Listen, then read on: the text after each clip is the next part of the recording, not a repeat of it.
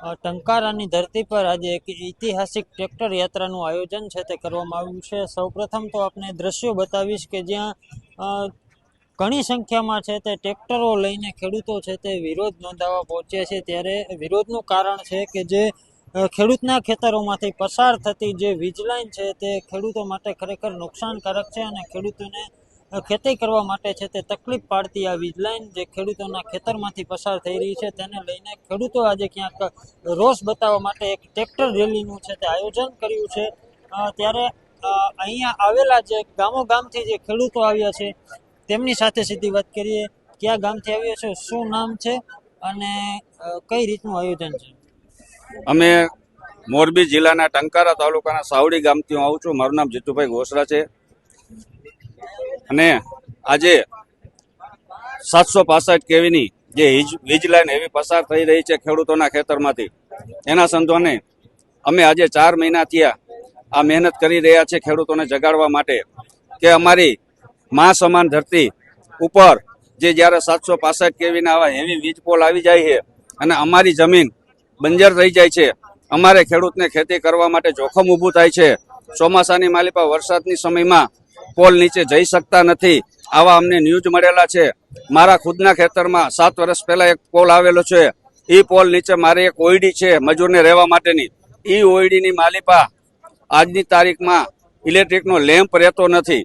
જ્યારે 440 કેવીમાં ઇલેક્ટ્રિકનો લેમ્પ ન રહેતો હોય તો 765 કેવીની માલિપા અમારે નીચે અમારા મજૂરને નીચે કામકાજ કરવું હોય તો અમારા જીવનું જે જોખમ છે એ જોખમના રક્ષણ માટે અમે સરકારશ્રીને અમે કંપનીને એક મેસેજ પહોંચાડવા માંગીએ છીએ આપના માધ્યમથી, આ રેલીના માધ્યમથી, કે દરિયાકાંઠાની પટ્ટી ઉપર ઘણી બધી એવી બંજર જમીન પડી છે કે એવી જગ્યા ઉપરથી તમે આ વીજ લાઈનને પસાર કરો કે જે ખેડૂત પોતાનું પેટિયું રડે છે, સારી ફળદ્રુપ જમીન બનાવી છે, એમાં આવી હેવી વીજ લાઈન પસાર ન કરો। આવી વિનંતી વારંવાર કરવા છતાં કલેક્ટરની અમને જે નોટિસો આવે છે એ નોટિસોના જવાબ આપતા આપતા અમે હવે થાક્યા છીએ।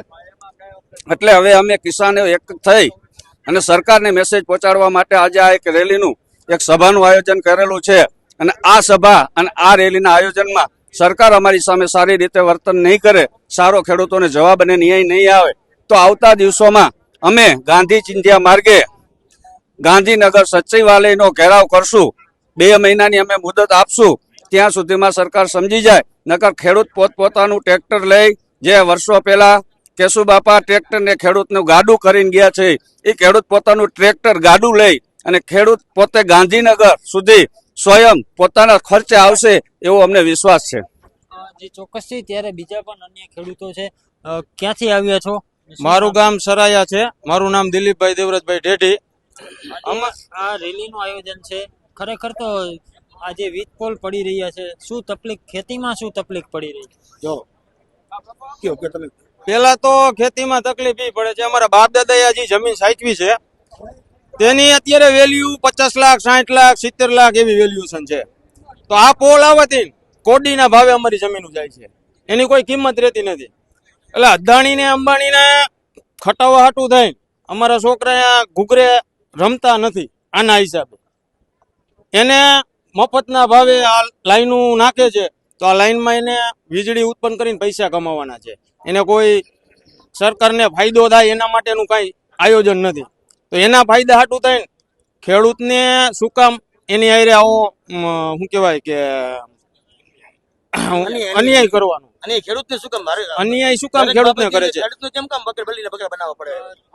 ભાઈ આપણે અનેક આવી રેલીઓ જોઈ છે કે જે ખેડૂતો માટે યોજાતી હોય છે, પણ તમને લાગે આમાં ક્યાંય રાજકીય રેલી કહેશો કે માત્ર ખેડૂતનો આક્રોશ છે?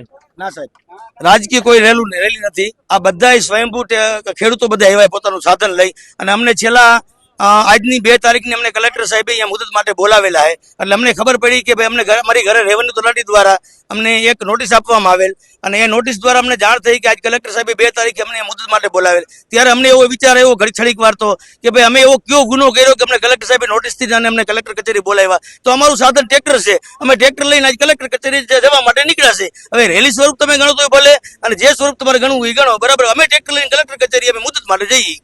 શું કહેશો, આજે કદાચ આ તમે જે મુદત મૂકવાના છો, 2 મહિનાનો તમે ટાઈમ આપો છો, એ પછી પણ જો આ રેલીને કે આ મુદ્દતને કોઈ ધ્યાનમાં લેવામાં નહીં આવે તો આગામી પગલાં શું છે?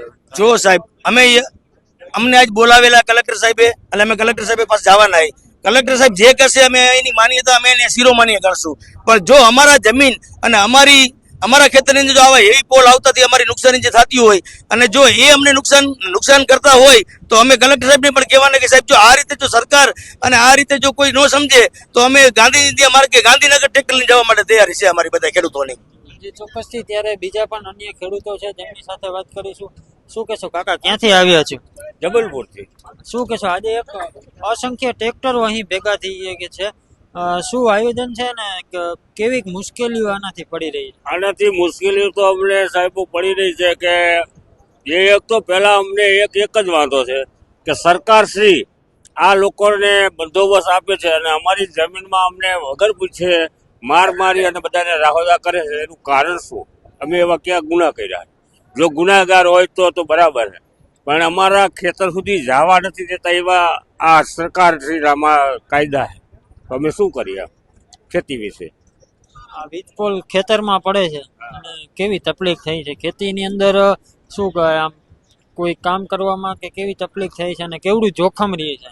મારું રોડના કાંઠે જ રાજકોટ રોડના કાંઠે જ ખેતર છે અને એમાં મારો વીજપોલ આવે છે. આજ કરોડોની જમીન છે. આજ ઈ જમીન કોડીના ભાવે વેચાય છે અને ખેડૂત કામ કરી નહીં શકે તો અમે શું કરવાના? અમે ક્યાં જવાના? અમારે 7 પેઢીથી અમારા બાપ દાદા મકાન નથી બનાવી ગયા. એ આજ અમે આમાંથી શું રરી કરી દઈશું? શું માંગ છે તમારી હવે? અમારી એક જ માંગ છે, કાં તો પોલ નાખે, અમને કાયદેસર નાખવા દેવા, પણ અમારી વળતર પૂરી આપે તૈયાર છે. વળતર ન આપે તો અમારે કોઈ વસ્તુ વળતરની કે જાહેરાત કરેલી છે અત્યારે? કેટલું કરી નથી કોઈ જાતની જાહેરાત. તમે શું અપેક્ષા રાખો છો? કેટલું વળતર મળવું? ના જે સહમત થી હાલે અને બધાનું સારું થાય એવું જ કાર્ય કરવાના છે. જે ચોક્કસથી અહીંના ખેડૂતો છે જે આજે એક મોટી સંખ્યામાં ટ્રેક્ટર લઈને અહીં ઉપસ્થિત થયા છે અને એક રેલી સમાન જે ઐતિહાસિક રેલી છે તે અહીંના સ્થાનિકો દ્વારા ગણવામાં આવી રહી છે. આવેલા ખેડૂતો દ્વારા એવું બતાવવામાં આવી રહ્યું છે કે આ રેલી એક ઐતિહાસિક છે.